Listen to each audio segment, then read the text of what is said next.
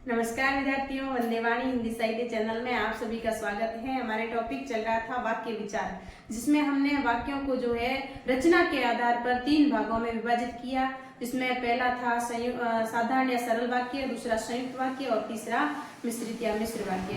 साधारण और संयुक्त वाक्य को हमने पढ़ लिया था पिछली क्लास में, और मिश्र वाक्य के भी हमने जो है उसके आश्रित उपवाक्य किए थे। वो 3 प्रकार के किए थे। उसमें जो पहला था संज्ञा उपवाक्य, दूसरा विशेषण उपवाक्य और तीसरा था क्रिया विशेषण उपवाक्य।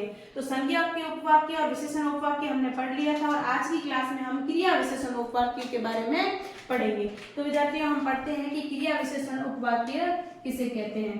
क्रिया विशेषण उपवाक्य, जिस आश्रित उपवाक्य का प्रयोग क्रिया विशेषण के समान किया जाता है। किसके समान? क्रिया विशेषण के समान किया जाता है, उसे हम क्रिया विशेषण उपवाक्य कहते हैं। एक बार इसकी परिभाषा पुनः पढ़ते हैं हम कि जिस आश्रित उपवाक्य का प्रयोग क्रिया विशेषण के समान किया जाता है उसे क्रिया विशेषण उपवाक्य कहते हैं। अर्थात जब कोई आश्रित उपवाक्य प्रधान उपवाक्य की क्रिया की विशेषता बतलाए।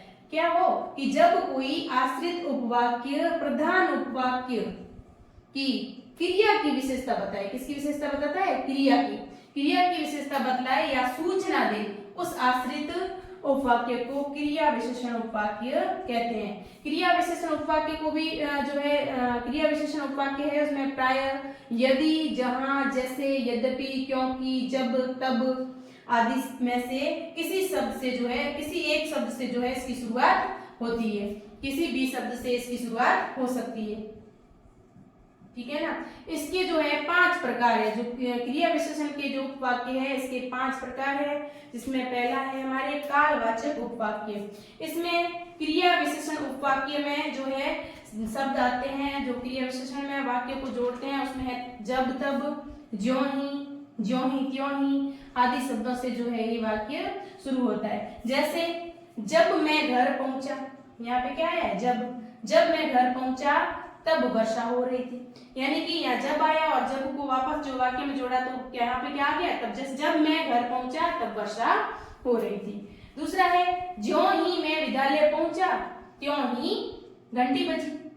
अब यहाँ पे जब, तब, ज्यों ही, त्यों ही ऐसे जो है शब्द आते हैं। दूसरा है स्थानवाचक उपवाक्य।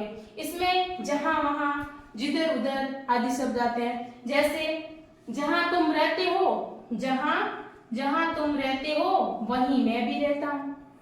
दूसरा है जिधर तुम जा रहे हो उधर कोई नहीं जाता। तीसरा अपने है परिमाणवाचक। इसमें जितना, उतना, जैसे, वैसे आदि शब्द इसमें आते हैं। जैसे जितना गुड़ डालोगे उतना मीठा होगा, यहाँ पे ये जितना, और इधर उतना। जैसे जैसे गर्मी बढ़ेगी वैसे वैसे मुश्किलें बढ़ेगी।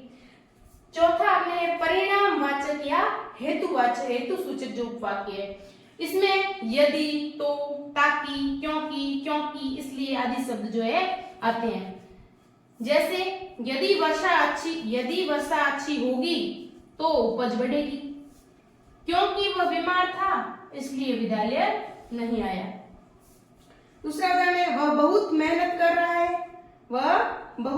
कर रहा है ताकि प्रथम आ सके। पांचवा अपने है रीतिवाचक उपवाक्य। इसमें जैसा, वैसा आदि शब्द आते हैं। जैसे उदाहरण के लिए देख लेते हैं कि जैसा कहा जाए वैसा करो। बच्चे वैसा करते हैं जैसा उन्हें सिखाया जाता है। तो विद्यार्थियों, हमने आज देखा कि क्रिया विशेषण उपवाक्य के जो है हमने जो 5 प्रकार किए हैं वो हमने पढ़े। एक बार इसको वापस पढ़ लेते हैं कि क्रिया विशेषण उपवाक्य किसे कहते हैं।